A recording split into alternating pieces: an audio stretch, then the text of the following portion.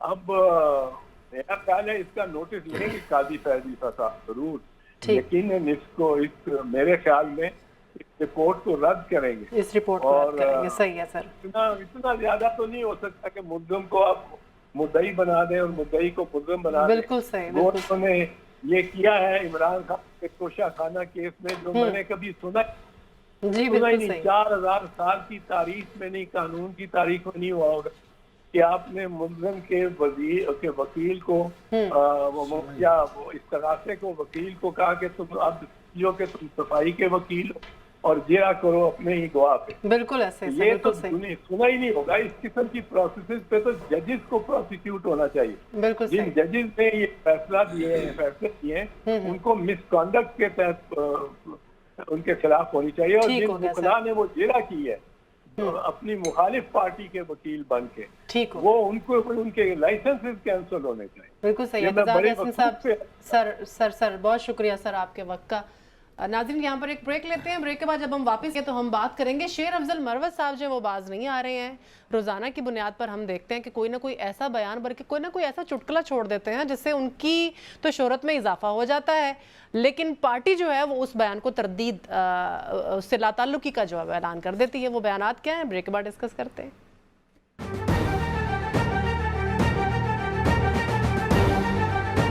Break کے بعد خوش آمدید. شیر افضل مروت صاحب کہتے ہیں جی کہ رجیم چینج میں امریکہ کے ساتھ سعودی عرب بھی شامل تھا. اس پہ ایک پیکج بنایا ہم نے، وہ دیکھ کے واپس آتے ہیں، پھر اس پر ڈسکشن کرتے ہیں.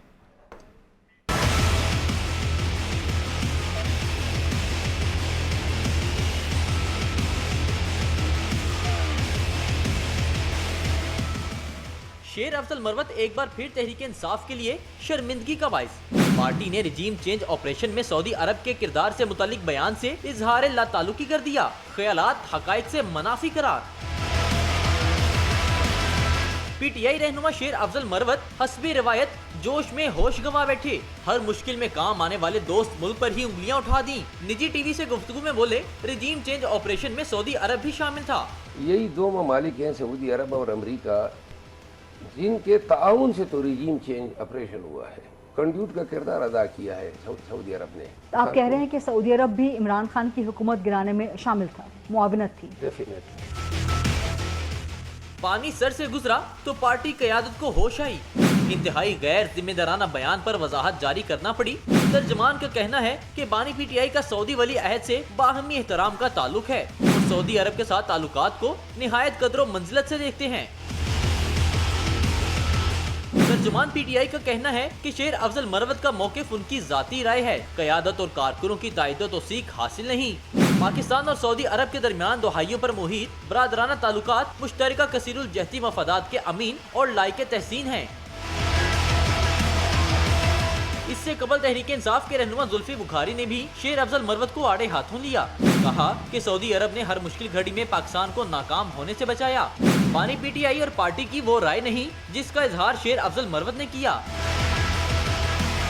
سعودی عرب جیسے دوست ملک سے متعلق ایسے بیان پر تحریک انصاف کی وضاحت کافی نہیں. قیادت کو چاہیے کہ شیر افضل مروت جیسے غیر ذمہ دارانہ رہنما کے خلاف سخت سے سخت ایکشن لیا جائے.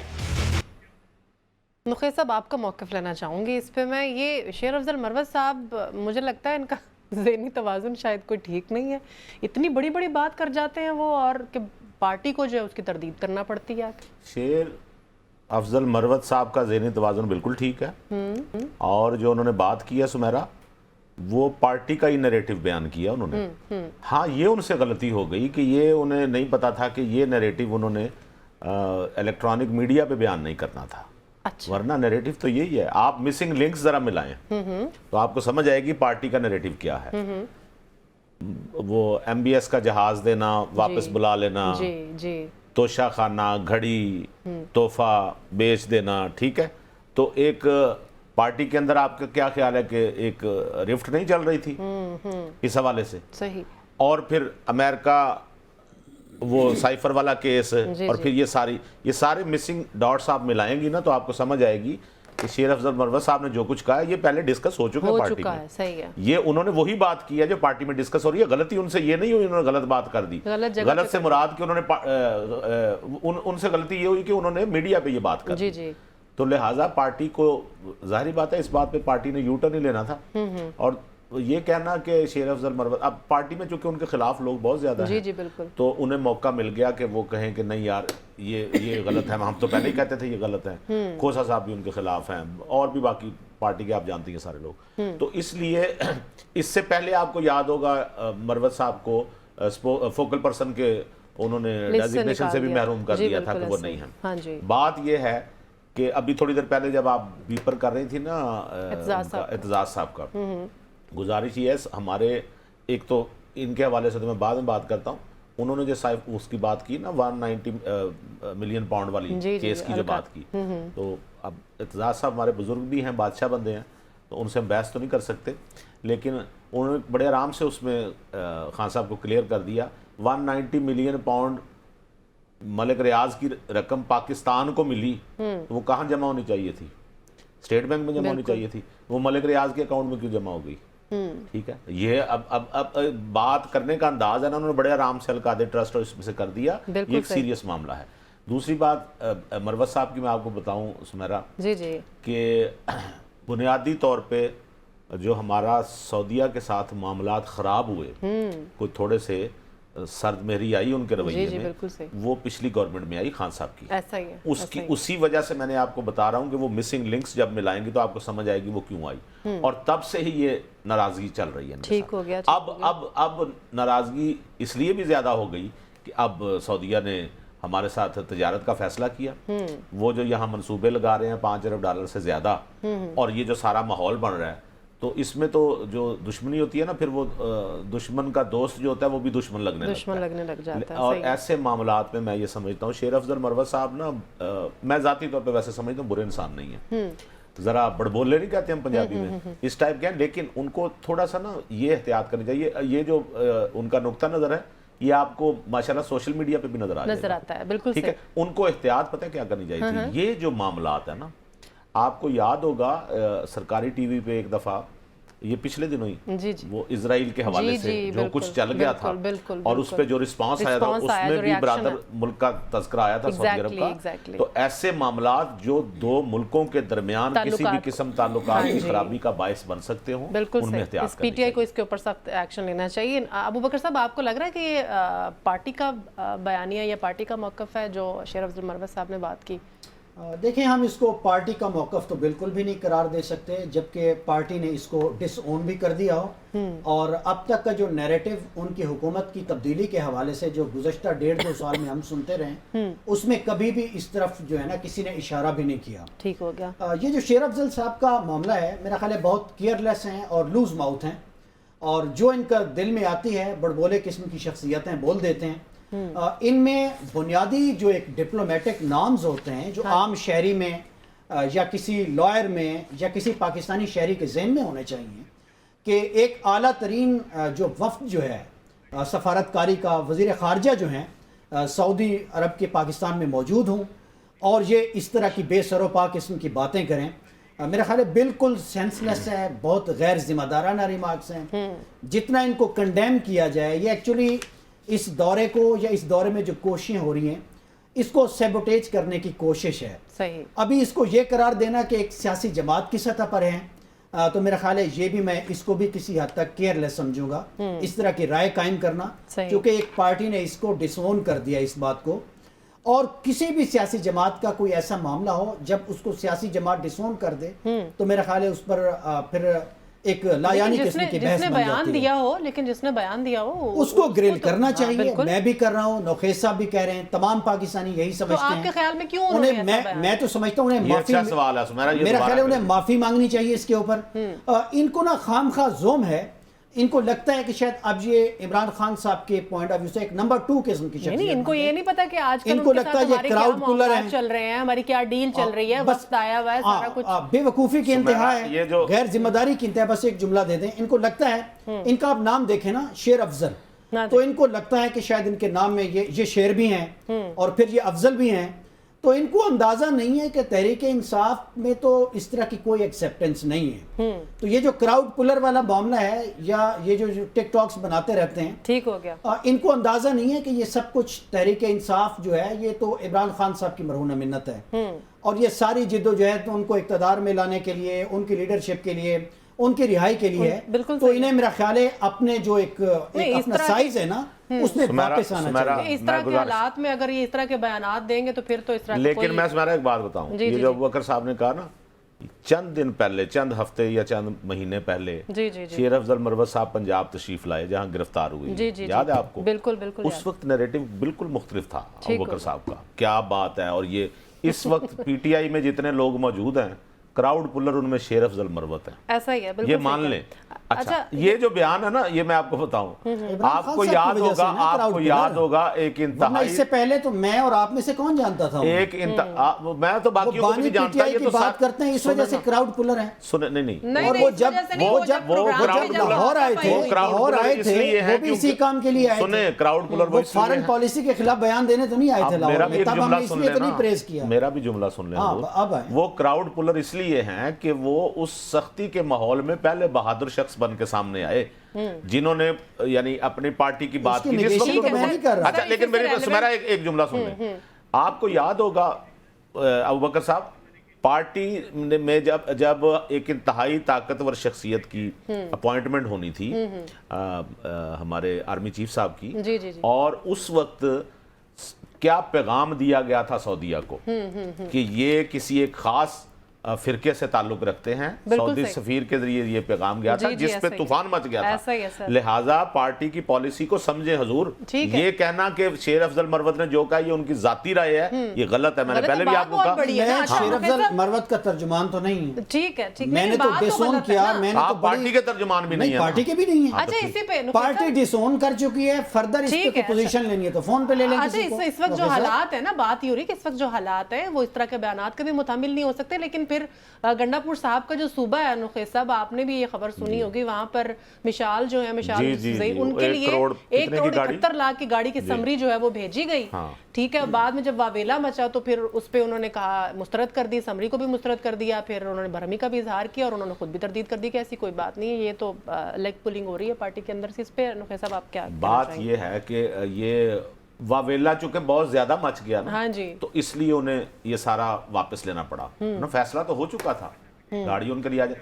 سوال یہ ہے کہ آپ باقی لوگوں پہ تو تبرہ کرتے رہتے ہیں, وہ انہوں نے مریم نواز شریف کے جوتوں سے لے کر, پرس سے لے کر, یہ فلانا اس نے کیوں کہہ دیا, یہ کیوں کہہ دیا, اور نخیس صاحب یہی بیانیہ لے کے تو پی ٹی آئی آئی ہے. اچھا اس میں اور جب آپ کی اپنی دفعہ آتی ہے تو آپ یہ دیکھتے ہیں, یہ تو سر ابھی کچھ بھی نہیں ہے, ابھی آپ دیکھیں گے کیا کیا مسائل پیش آتے ہیں. ابھی تھوڑی دیر پہلے ابوبکر صاحب کہہ رہے تھے نا گفتگو میں کہ جی وہ انہوں نے رانا ثناء اللہ نے اور انہوں نے یہ کہہ دیا اور انہوں نے یہ کہہ دیا, اور یہ جو وہ آپٹکس نظر نہیں آتے, میاں صاحب کو نہیں بیٹھنا چاہیے تھا. اس پہ ہم ابوبکر صاحب کا بھی ٹیک لے لیتے ہیں نا, یہ کیا کہتے ہیں اس پہ. جی ابوبکر صاحب کس طرح سے اس کو آپ دیکھیں, اس میں 2-3 اینگل ہیں جن پہ بات کرنی بہت ضروری ہے. ایک تو یہ ہے کہ یہ جو ایک مقابلے کی فضا ہے دونوں صوبوں میں, یہ میرا خیال ہے بہت صحت مندانہ رہے گی, چونکہ یہ جو رد عمل آج ہم دیکھ رہے ہیں, میں جتنا آج ڈیجیٹل کو میں نے آبزرو کیا ہے, ٹویٹر کو دیکھا ہے,